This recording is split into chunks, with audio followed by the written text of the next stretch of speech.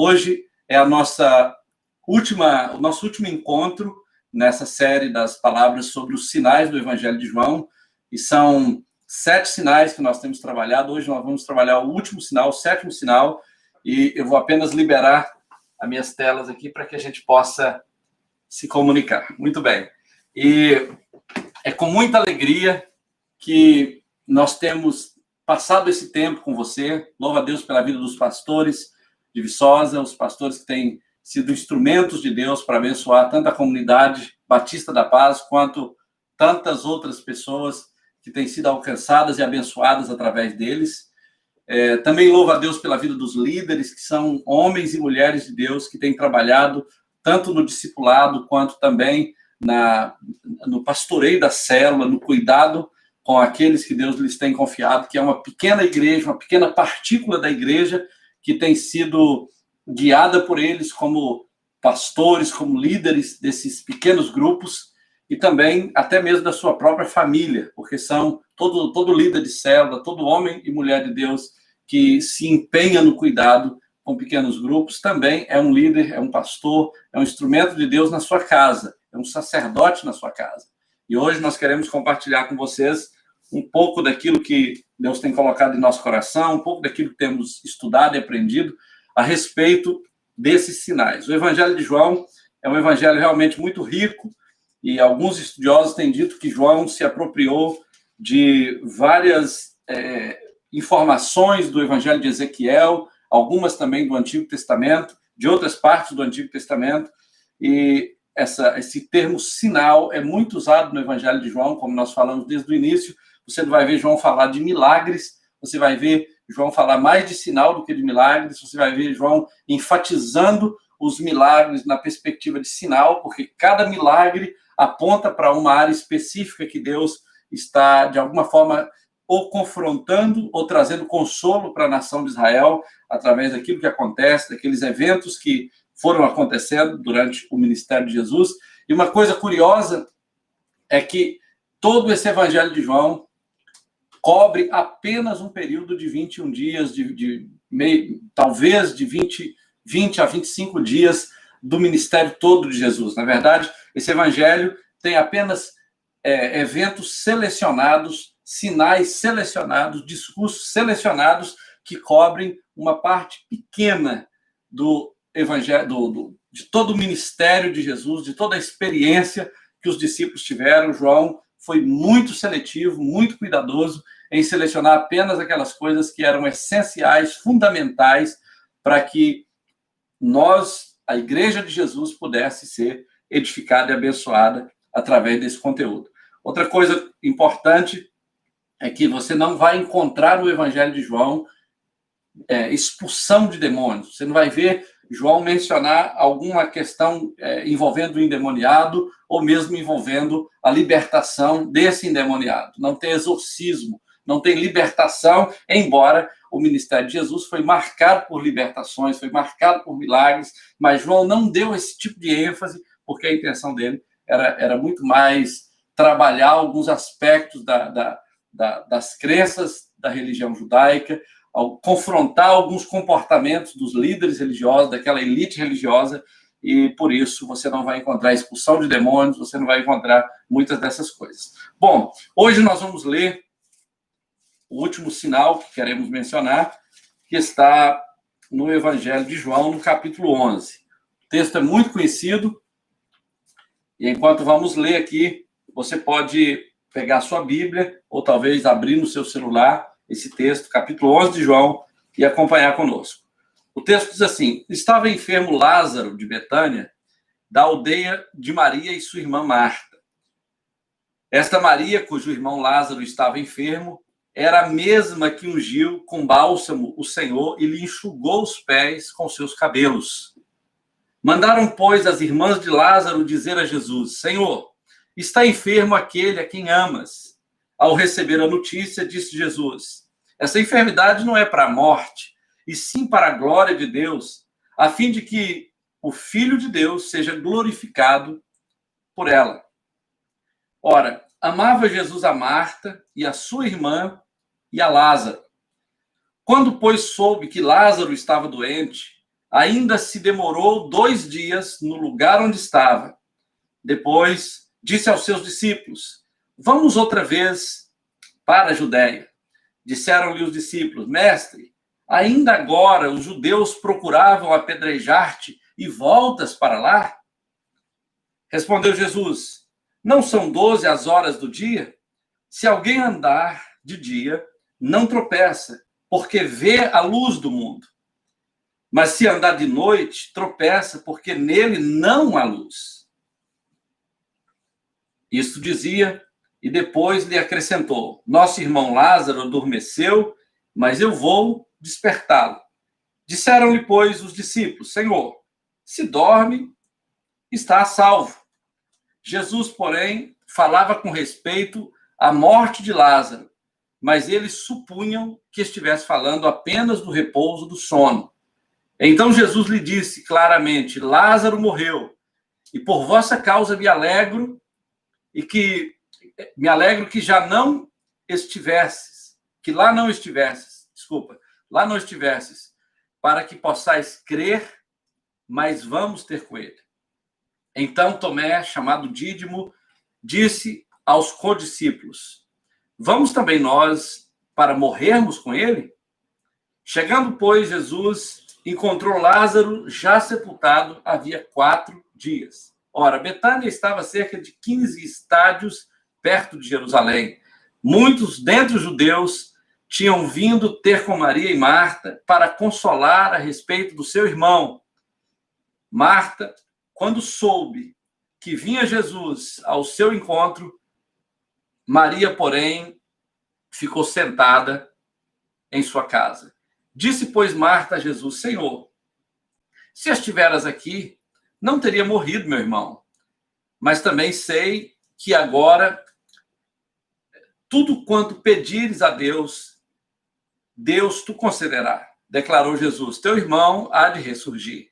Respondeu: eu sei, replicou Marta, que ele há de ressurgir na ressurreição do último dia.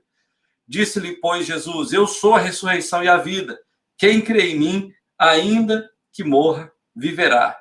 E todo aquele que vive e crê em mim não morrerá eternamente. Crês tu nisso? Sim, Senhor, respondeu ela. Eu tenho crido que és o Cristo, o Filho de Deus, que devia vir ao mundo. Tendo dito isto, retirou-se e chamou Maria, sua irmã, e lhe disse em particular: o mestre chegou e te chama. Ela, ouvindo isto, levantou-se depressa e foi ter com ele, pois Jesus ainda não tinha entrado na aldeia, mas permanecia onde Marta o avistara com ele. Marta se avistara com ele. Os judeus que estavam com Maria em casa e a consolavam, vendo-a se levantar depressa e sair, seguiram-na, supondo que ela ia ao túmulo para chorar.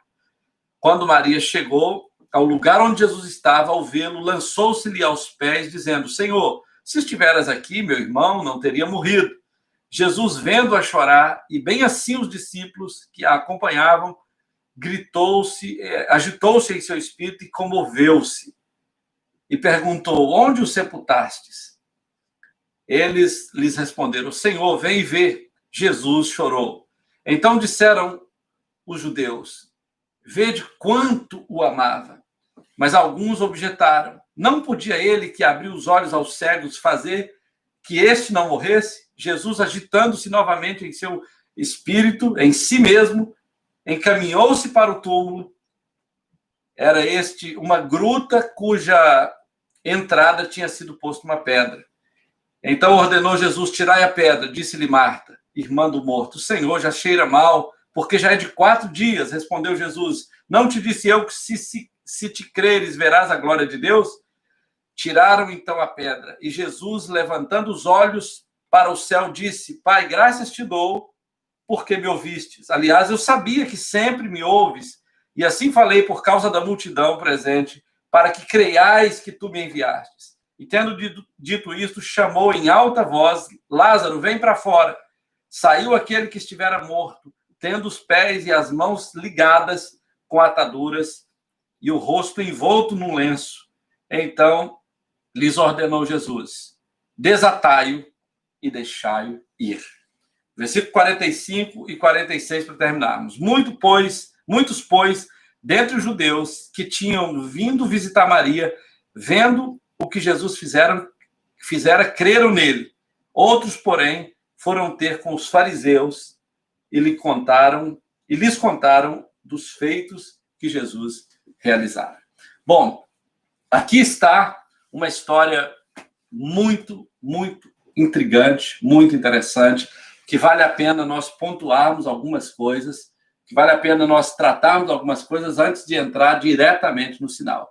Este não foi um sinal qualquer, esse foi um sinal extraordinário, esse foi um sinal realmente poderoso, e quando você lê essa história, algumas coisas nos chamam a atenção. A primeira coisa é que você vai perceber que Jesus soube da notícia que Lázaro estava enfermo 4 dias, ou talvez um pouco mais de 4 dias antes que ele morresse, antes que ele fosse sepultado, e ainda assim não foi lá. Jesus aguardou. E ele menciona nesse texto dizendo o seguinte, olha, ele está enfermo, ele já dorme.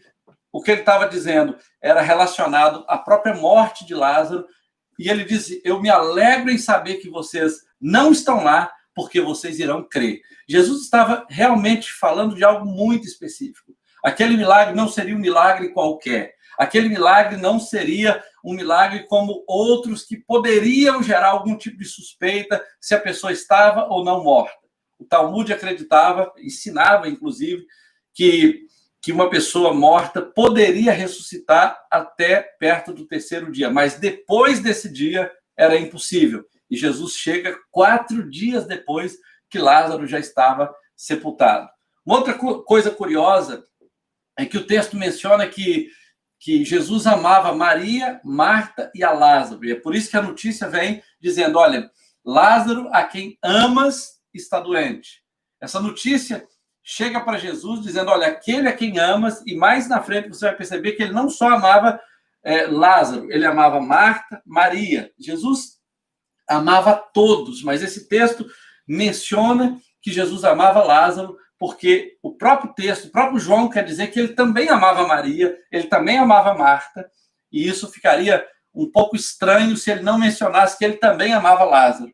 Ele amava todos, ele amava aquela família toda, assim como lá no mesmo Evangelho de João, no capítulo 3, ele diz que ele amou o mundo de tal maneira. Ele não só amava Lázaro, ele amava Maria, ele amava Marta, ele amava todos os judeus, inclusive aqueles que se opunham a ele. Ele amava também os seus amigos, os seus discípulos. Ele ama você, ele ama a mim. Agora, a grande pergunta que normalmente vem a nós quando a gente lê um texto como esse, se Jesus ama a Lázaro, se Jesus amava Lázaro, e se ele me ama, se ele ama você, por que ele demorou tanto para chegar na casa daquele que estava enfermo, daquele a quem ele amava? Essas perguntas vêm a nós e normalmente nós ficamos sem respostas para elas, mas muitas vezes esse silêncio de Deus, esse tempo de espera de Deus manifesta muito mais o seu amor, manifesta muito mais a sua glória, a sua graça do que a gente pode ou a gente possa imaginar. Então a Bíblia fala que ele vem até a casa de Marta, 4 dias depois que seu amigo estava já morto e enterrado, os discípulos meio apreensivos, porque eles diziam, olha, nós vamos lá para morrer, nós vamos lá para enfrentar talvez oposições, resistências, porque muitos já estavam querendo matar Jesus em outras experiências, em outras épocas, agora eles estão indo de novo para aquele ambiente onde havia resistência, oposição ao ministério de Jesus, e Jesus então mostra a necessidade dele ir, dele trabalhar, dele cumprir o chamado e o ministério, porque a intenção de Jesus não era só estar diante de um risco, mas a intenção de Jesus era manifestar a glória de Deus, era plantar fé no coração dos discípulos e era, ao mesmo tempo, revelar o seu propósito em relação àquela população judaica, tanto a elite religiosa quanto o povo de forma geral. Você vai perceber que no final desse milagre, alguns creem, muitos creem, como o texto diz, e outros ficam na dúvida, ficam resistentes e vão falar com os fariseus. Então, algumas coisas são fundamentais para que entendamos esse milagre, entendamos esse sinal, e eu quero compartilhar com você aqui algumas dessas coisas. João conta a história dos sinais de uma forma tal, de uma forma tão impressionante, que o poder de Deus aqui é descrito e é estendido, expandido de uma forma muito interessante, muito extraordinária. Anteriormente, nós notamos que Jesus não apenas transformou a água em vinho, lá no capítulo 2 de João, mas ele transformou toda aquela água suja das purificações em nada menos do que 150 galões de vinho. Isso significava em torno, talvez, de 450 litros de vinho. Não foi um milagre qualquer. Jesus também não apenas curou um aleijado que estava sofrendo, padecendo, mas ele curou um homem que tinha estado aleijado durante 38 anos. Foi um milagre extraordinário, foi um milagre surpreendente para aqueles que o viram, para aqueles que acompanharam. E aquele sinal tinha um propósito, tinha uma intenção.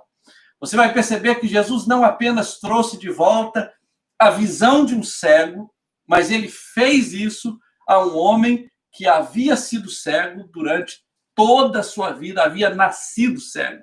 Era um cego de nascença. Você vai perceber que agora Jesus não apenas vai ressuscitar alguém que está morto, ele vai ressuscitar um homem que está morto há 4 dias e que permanece enterrado, amarrado e enrolado por aqueles lençóis, por aqueles aquelas ataduras, aqueles panos que eles usavam para enrolar o defunto e a pessoa que havia morrido e deixá-lo lá na sepultura, pensando que ele não voltaria mais à vida, que ele não voltaria mais a estar entre os seus entes queridos. Jesus está indo não apenas para ressuscitar um homem qualquer, ou um morto qualquer, ele está indo para ressuscitar um morto que já está morto há 4 dias. Isso é muito surpreendente, porque depois de 4 dias, a sua pele já muda de cor, a pele da pessoa que morreu já muda de cor, os órgãos já começam a derreter, o estado de putrefação, de decomposição já está em processo, já está acontecendo,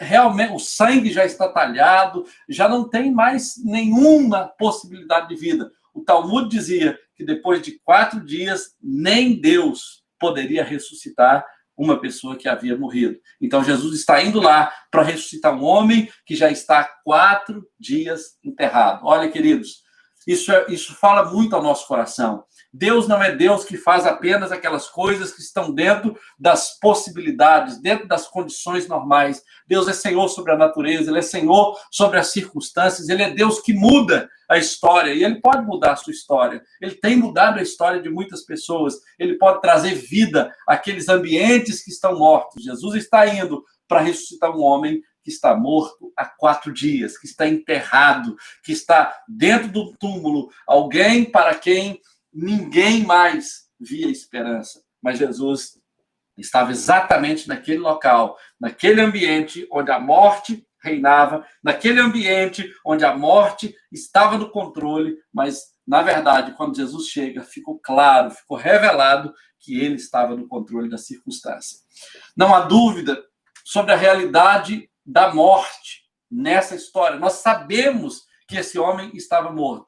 Agora, nos relatos de Jesus, por exemplo, levantando ou ressuscitando, tirando daquele estado a filha de Jairo, por exemplo, aquela história contada em Marcos, no capítulo 5, Mateus, capítulo 9, Lucas, capítulo 8, você vai perceber que ali algumas pessoas se acham no direito de duvidar se ela estava ou não morta.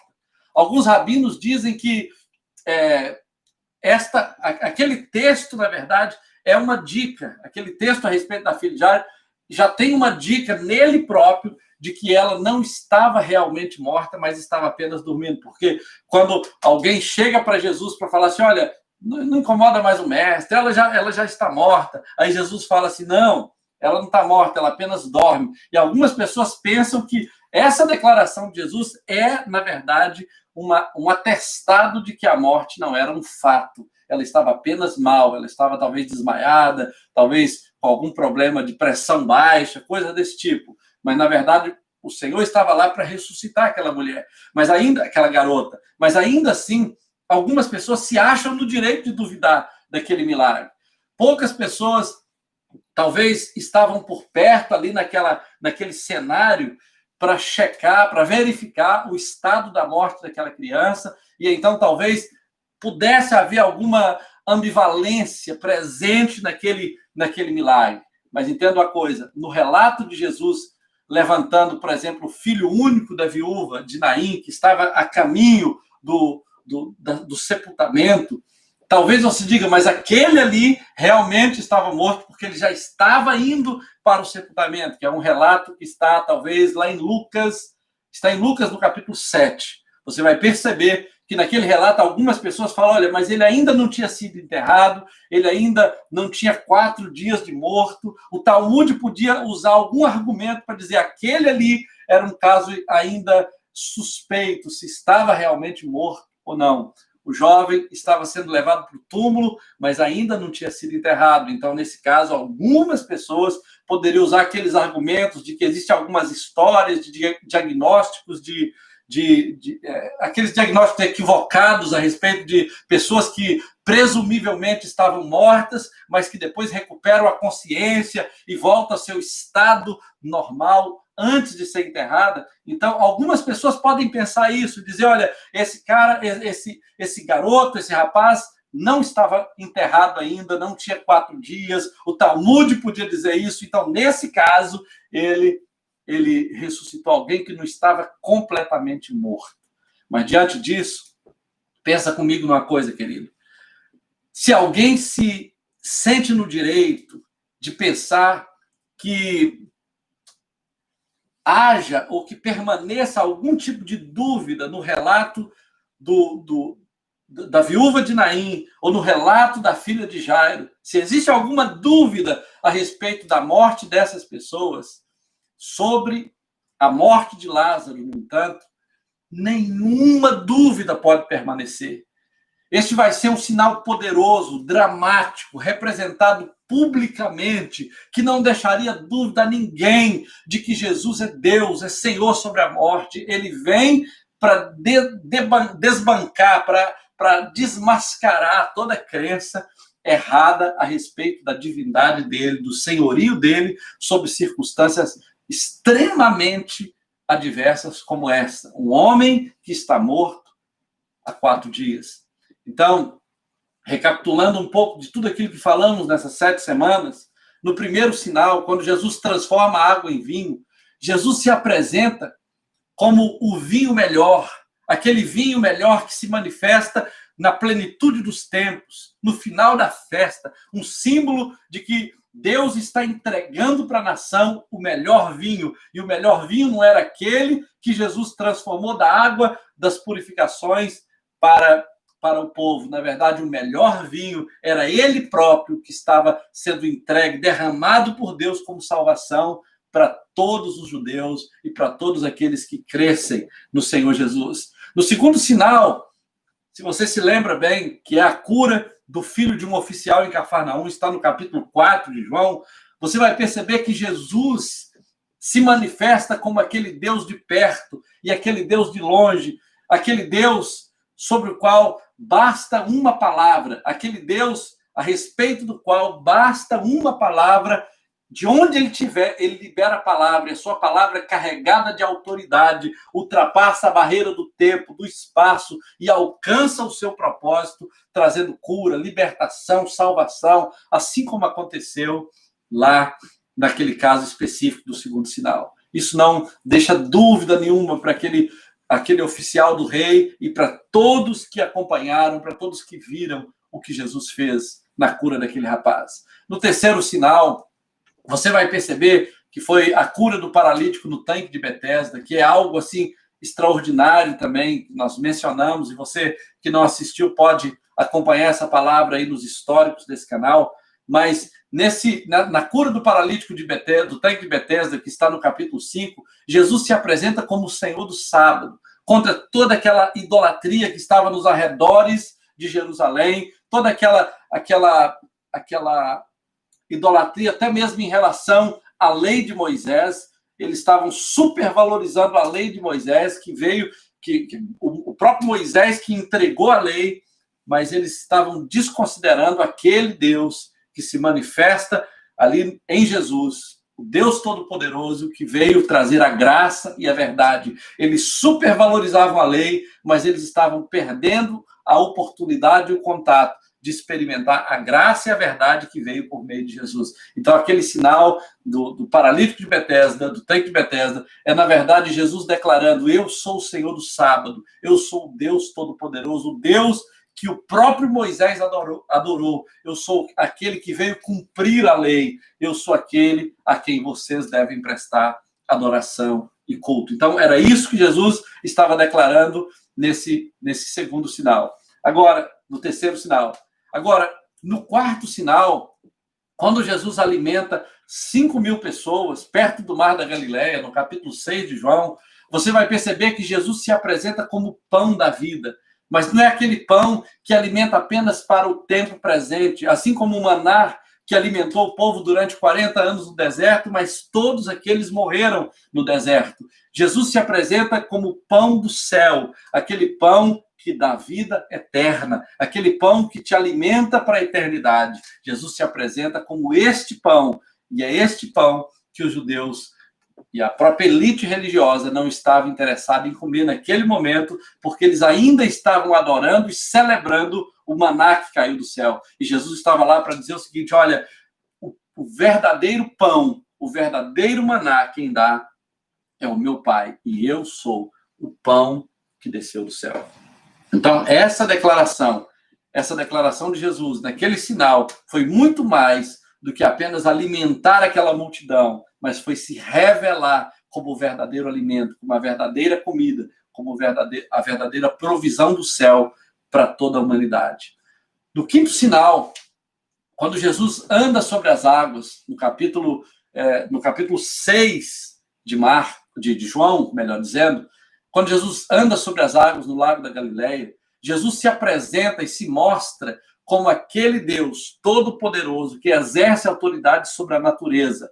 Lá no passado, eles viram Moisés tocando no mar, o mar se abriu, eles conheceram aquele Deus que tirava a água da rocha, aquele Deus que provia milagres, mas agora eles estão vendo o mesmo Deus manifesto na pessoa de Jesus, o Deus encarnado, o Deus tabernaculado, que não apenas abre o mar, mas o Deus que anda sobre o mar, o Deus que é maior do que as leis da natureza, o Deus que é maior do que as circunstâncias, o vento e o mar lhe obedecem, e quando ele quer, ele caminha sobre as águas. Então, esse Deus se revela na pessoa de Jesus, e todos aqueles que estavam ali não tinham dúvida de que ele é Deus, de que ele era o Messias, de que ele era o profeta enviado por Deus, e mais do que o profeta, ele era o Deus encarnado que veio para salvar a humanidade. No capítulo 9 de João, nós temos o sexto sinal. O sexto sinal é a cura de um cego em Jerusalém. E a Bíblia fala que quando Jesus cura aquele cego, ele manda esse cego lá para a fonte, o tanque de Siloé, onde esse homem vai, lava os seus olhos e volta vendo. O tanque de Siloé é muito simbólico, é muito poderoso, todo o simbolismo que está naquele tanque, porque muitos acreditavam que aquela água, ou aquela região ali, era de onde tinha saído a água da rocha. Aquela fonte foi construída no lugar onde Moisés tocou e a rocha produziu água. Então, eles criam naquela água e por isso eles tiravam daquela água e levavam para o templo. Eles faziam isso toda vez que eles celebravam uma de suas festas. Então, Jesus manda aquele homem para o tanque, que significa o enviado, e ele volta vendo. Mas quando Jesus cura aquele homem da cegueira de nascença, na verdade, Jesus estava dizendo: eu sou a luz do mundo.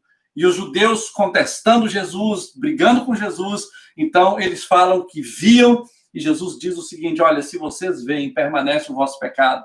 Porque, na verdade, eles que eram os líderes religiosos não conseguiam ver em Jesus o soberano Deus, o Deus encarnado, aquele que veio para trazer salvação. E isso revelava que, na verdade, o verdadeiro cego não era aquele que havia nascido cego, aquele homem que havia sido curado lá no tanque de Siloé, mas, na verdade, o verdadeiro cego era todo aquele, e é todo aquele, que não consegue enxergar em Jesus o Filho de Deus, o Salvador do mundo, aquele que deu a vida por nós na cruz. Então, essa era a mensagem que Jesus passa no sexto sinal. E aí nós chegamos no sétimo sinal. Jesus se apresenta como a ressurreição e a vida. Ele se apresenta na ressurreição de Lázaro, no capítulo 11, que nós acabamos de ler, como aquele que tem poder sobre a vida. Ele não diz que tem apenas poder para ressuscitar. Ele não apenas diz que pode trazer vida a alguém que está morto. Ele diz, eu sou a ressurreição e a vida. E Jesus, então, com isso, traz esperança para todos aqueles que haviam morrido desde Adão até então, e até todos que iriam morrer no futuro, sabendo que a morte não é o fim, que a morte não é o maior dos inimigos que jamais será vencido. Na verdade, Jesus é aquele que venceu até a morte, é aquele que nos garante, que nos promete a alegria da vida eterna, porque ele nos ressuscitará, ainda que venhamos a morrer. Então, aquele que tem Jesus tem essa esperança. Então, o que a história de Lázaro, que nós acabamos de ler, pode nos mostrar, pode nos ensinar? O sinal de Lázaro, que nós acabamos de ler, sobre o qual nós temos falado nesse momento, é uma declaração de que Jesus é a ressurreição e a vida, conforme nós acabamos de dizer, conforme nós acabamos de mencionar.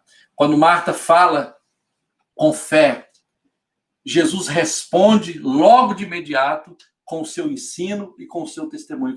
Quando ela diz assim, olha, eu creio, Senhor, que ele há de ressurgir no último dia, Jesus diz, olha, eu sou a ressurreição e a vida.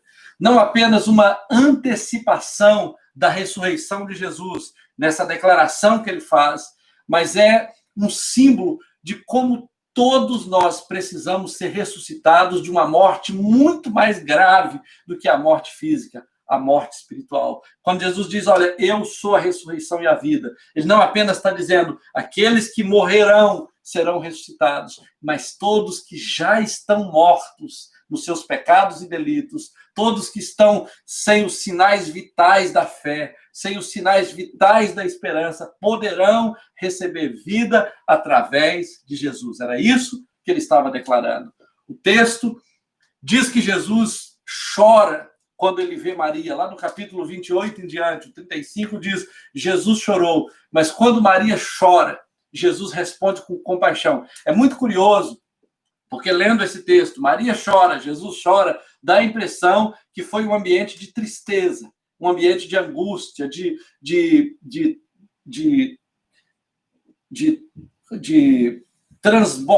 um transbordar emocional naquele ambiente de luto, um ambiente de luto e de tristeza. Mas, na verdade, o choro de Maria era um choro emotivo, era um choro de angústia, de perda, de alguém que havia acabado de perder o seu irmão. Mas a palavra grega usada para o choro de Jesus não tinha nada a ver com esse descontrole emocional. Na verdade, a palavra grega que João usa para descrever o choro de Jesus diz respeito a um choro de compaixão.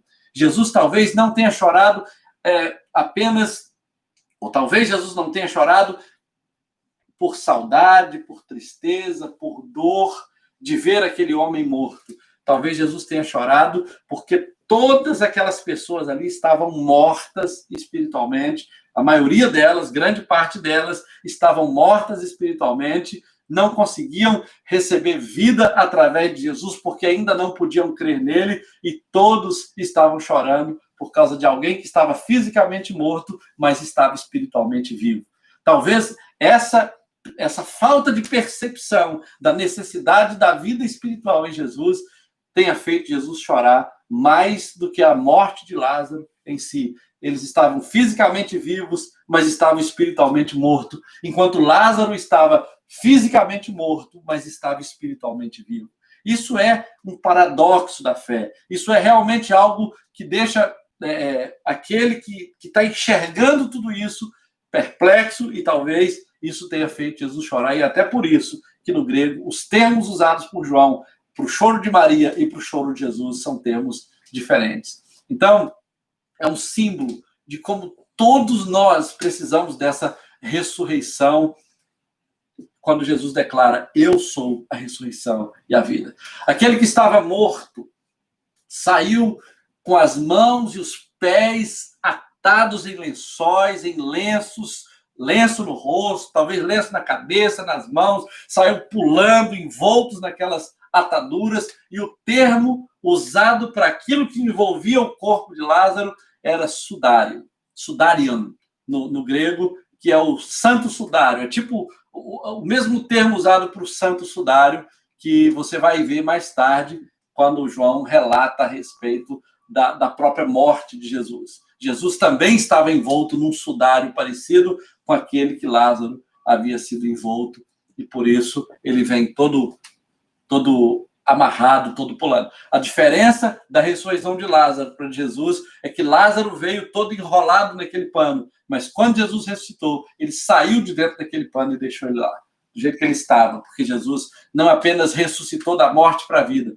a Bíblia fala que ele foi glorificado, exaltado. O Pai o exaltou sobremaneira, lhe deu um nome que estava acima de todo nome, nome perante o qual todo joelho terá que se dobrar e toda língua confessar que ele é o Senhor. A ressurreição de Jesus foi um estado de exaltação de quem ele é, como Deus, como Senhor. Ele se humilhou até a morte de cruz, e o Pai o exaltou.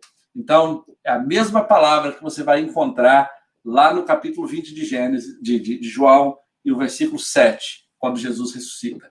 Agora, vem a nossa pergunta, que nós sempre fazemos quando lemos essas histórias dos sinais do Evangelho de João.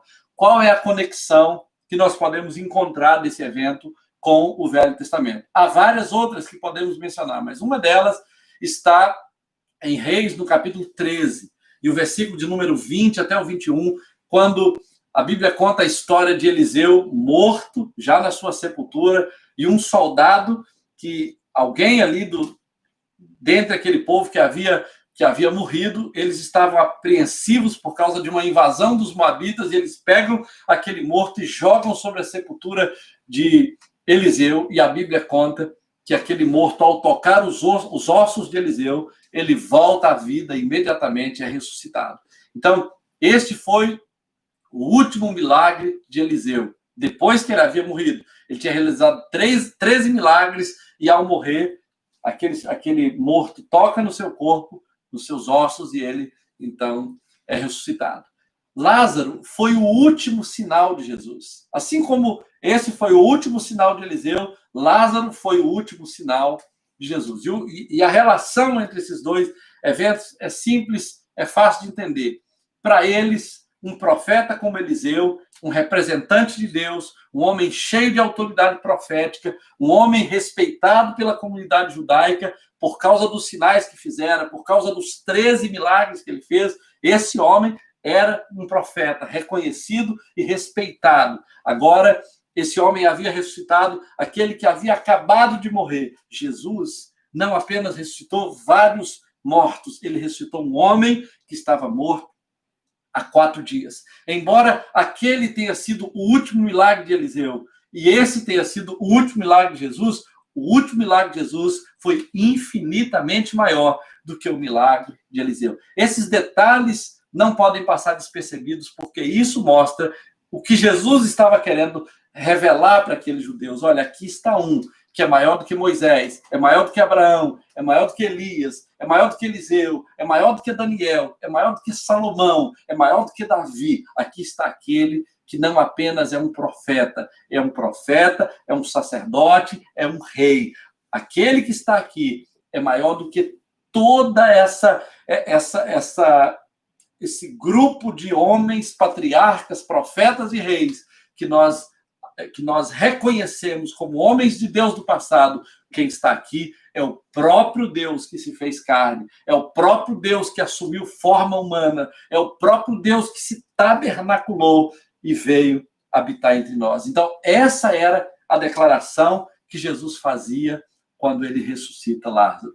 Então, isso indica a autoridade profética de Jesus, porque eles sabiam que um profeta no Antigo Testamento tinha autoridade assim, e Jesus é aquele que veio para revelar isso numa medida muito mais alta, muito mais completa, muito mais plena. Os judeus realmente não tinham por que não crer em Jesus.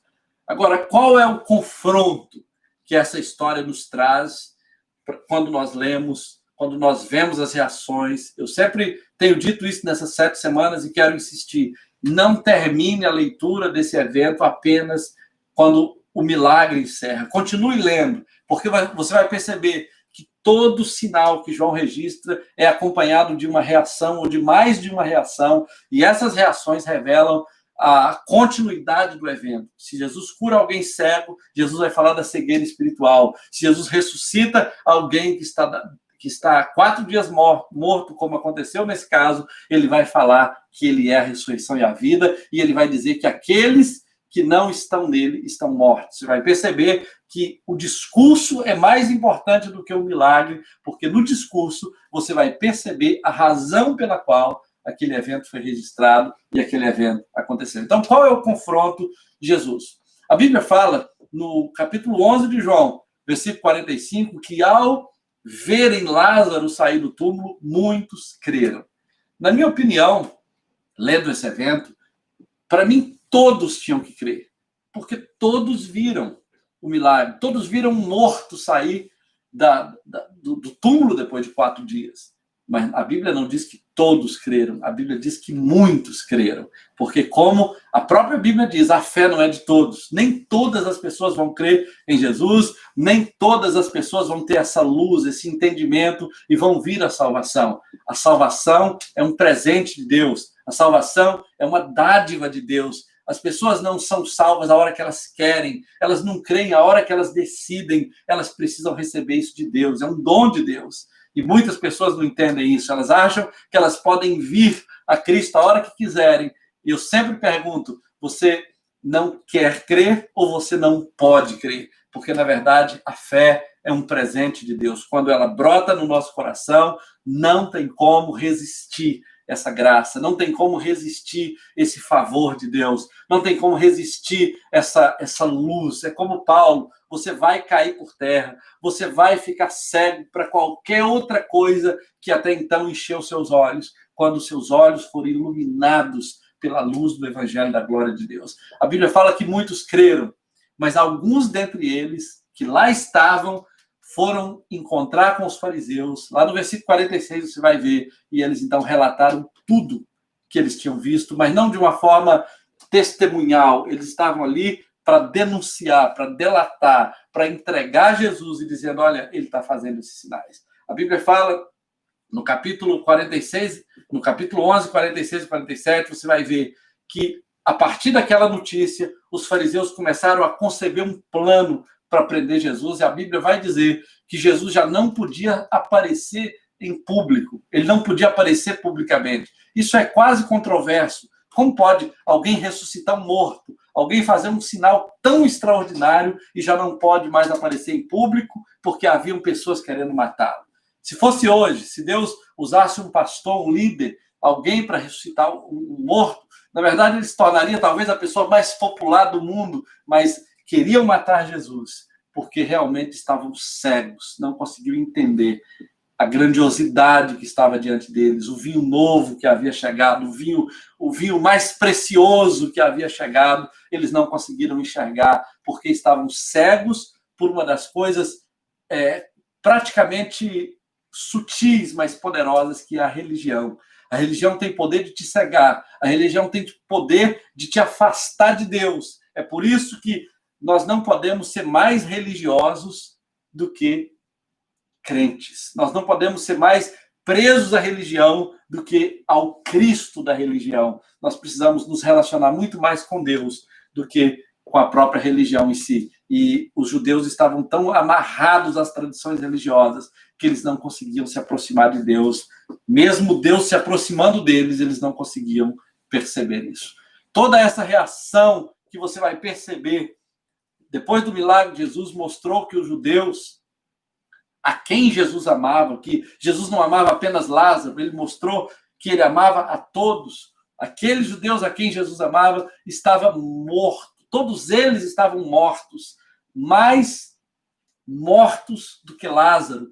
Eles queriam receber vida por meio de Jesus, mas eles precisavam dessa vida, eles dependiam dessa vida, mas eles não conseguiam se aproximar de Jesus com fé salvadora para receber vida. Lázaro, que estava fisicamente morto, recebeu vida, mas aqueles que estavam espiritualmente mortos permaneceram nos seus pecados porque não tiveram fé salvadora para receber Jesus. E aí você vai perceber que, apesar de tudo isso, esse evento também nos traz consolo, assim como trouxe consolo para aqueles que estavam lá.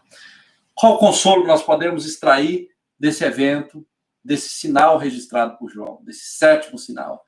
Primeira coisa que a gente aprende, que está lá no capítulo 25 no versículo 25 a 27, que diz o seguinte: quando Jesus declara que é a ressurreição e a vida, e ele, ao fazer isso, ele está dizendo: eu sou aquele que pode te livrar do poder da morte espiritual. Ele não é apenas aquele que vai me dar vida, ou garantir que eu ressuscitarei no último dia. Ele vai garantir que eu jamais morrerei eternamente, porque ao crer em Jesus, eu não apenas recebi vida, eu recebi vida eterna e eu passei da morte para a vida. É essa declaração que Jesus está fazendo, e esse é o maior consolo que uma pessoa pode ter ao se aproximar de Jesus.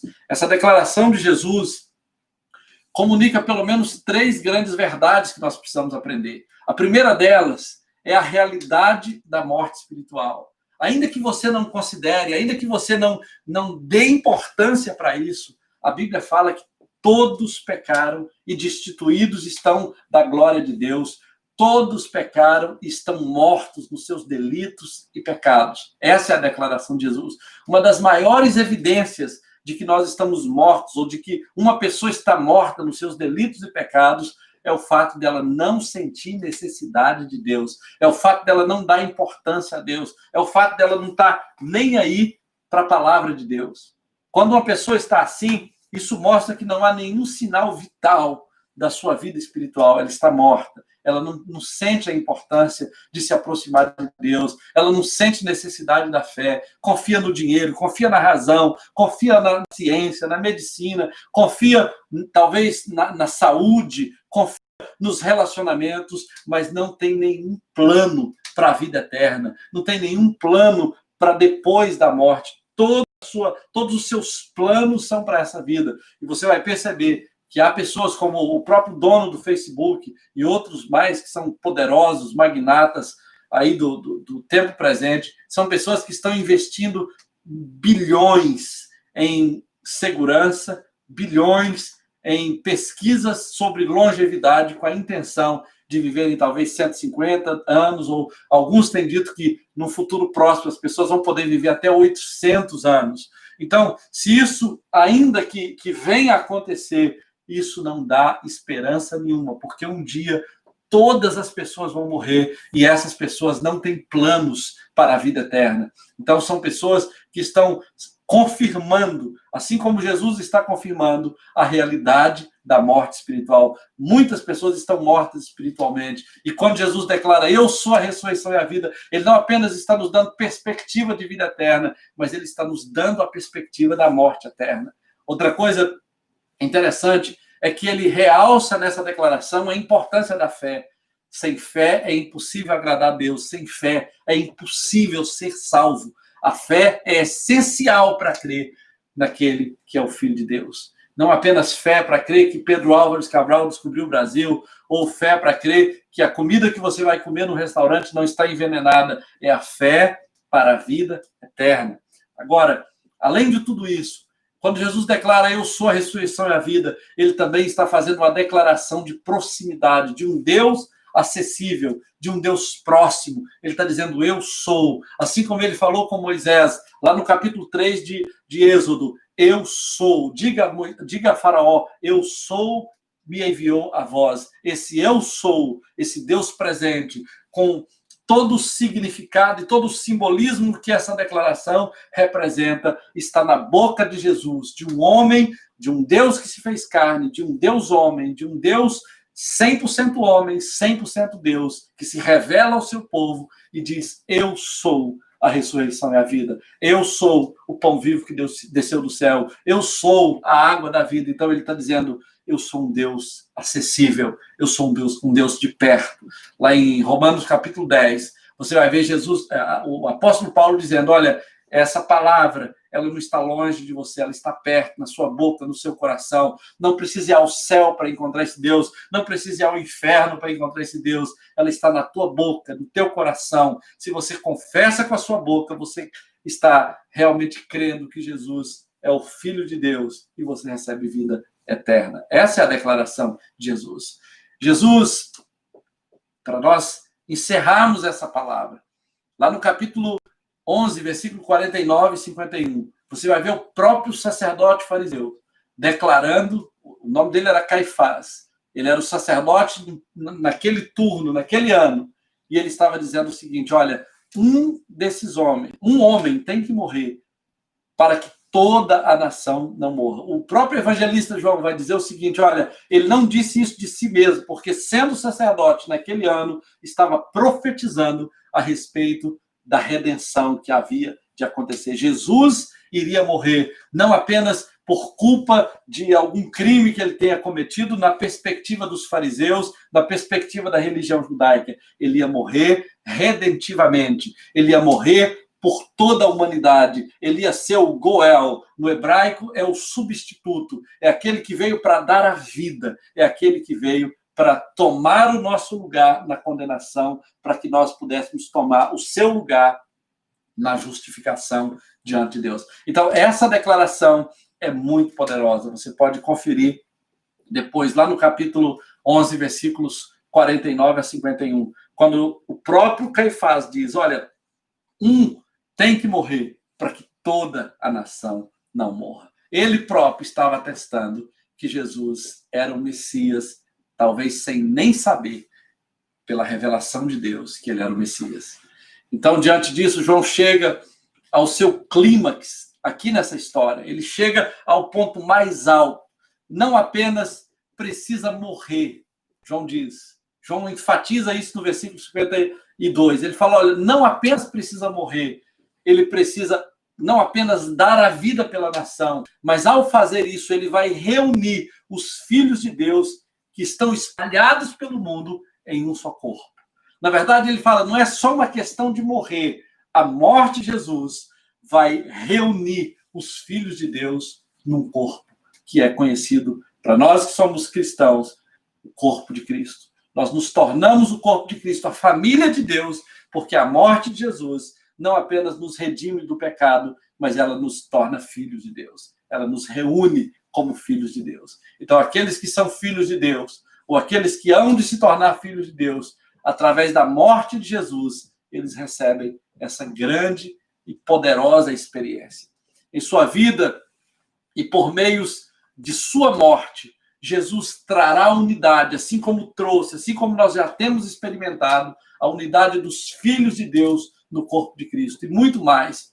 Quando ele conclui o livro, esse livro dos sinais, o autor deixa claro, o próprio João deixa claro que ele descobriu o propósito da morte de Jesus quando ele declara o seguinte, lá no capítulo 12 de João e no versículo 32, ele declara assim, que quando Jesus falando, o Filho de Deus falando, quando eu for levantado da terra, todos atrairei a mim. Então, essa declaração de Jesus era um atestado de que a morte dele não era por acaso. E aí, quando Jesus ressuscita Lázaro, quando Jesus enfrenta toda aquela oposição e diante de todas essas declarações, Jesus, nesse evento, está dizendo o seguinte, olha, eu sou a única esperança para o pecador em todos os tempos que está morto nos seus delitos e pecados. Conforme você pode até conferir isso lá em Efésios, no capítulo 2, versículos de 1 a 3, quando Paulo fala, todos estão mortos nos seus delitos e pecados, mas ele nos deu vida quando nós estávamos nessa condição.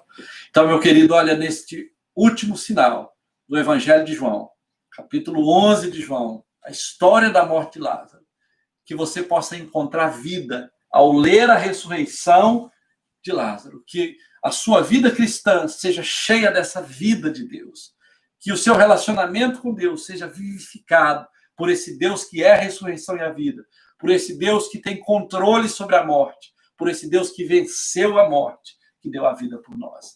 Então, que Deus te abençoe. Eu louvo a Deus pela oportunidade de estarmos nesse tempo, nessas 7 semanas, e no futuro próximo teremos outras séries de palavras para edificar a sua vida. Nós vamos orar nesse momento. Eu quero convidar você para se juntar aí com a sua família, para fechar os seus olhos e vamos nos colocar diante de Deus. Pai, nós te damos graças pela oportunidade tão maravilhosa de podermos entregar mais essa palavra, de abençoar os teus filhos como canais de bênção. Eu não sei, ó Deus, o que está morto nessa casa. Eu não sei, ó Deus, se a morte aí é realmente a morte espiritual que precisa realmente da vida de Jesus em termos de salvação. Se há alguém morto, se há algum sinal de morte nessa casa, que o Senhor traga vida, Pai, nessa família, traga salvação. Mas às vezes a morte também se revela de outras formas, talvez é a morte de um casamento, é a morte, Senhor, espiritual de um filho, que talvez já não está mais nos caminhos do Senhor, talvez, ó Deus querido, é a morte de um sonho. Eu oro para que o Senhor encha essa casa com vida, para que o Senhor encha essa família com vida, para que o Senhor traga vida sobre essa casa, sobre esse lar, para a glória do teu nome.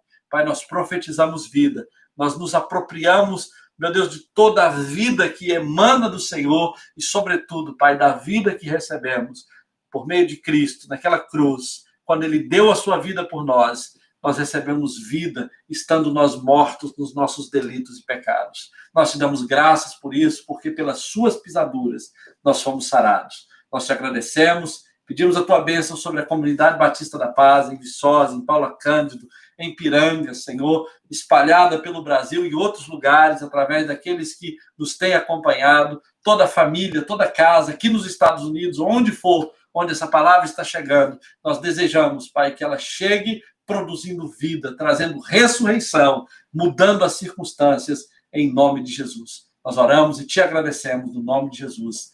Amém e amém. Deus te abençoe, meu querido, minha querida, fique na paz, em nome de Jesus, e até a próxima.